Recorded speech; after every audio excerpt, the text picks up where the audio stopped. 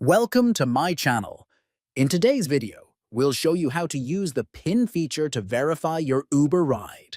Using a PIN adds an extra layer of security, ensuring that you're getting into the right car with the right driver.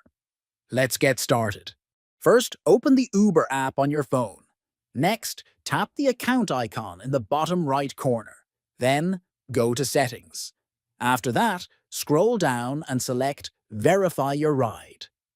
Finally, turn on Use PIN to verify rides. You will receive a unique PIN for each trip that you will need to share with your driver when they pick you up. Also, you can use PIN to verify rides in nighttime only.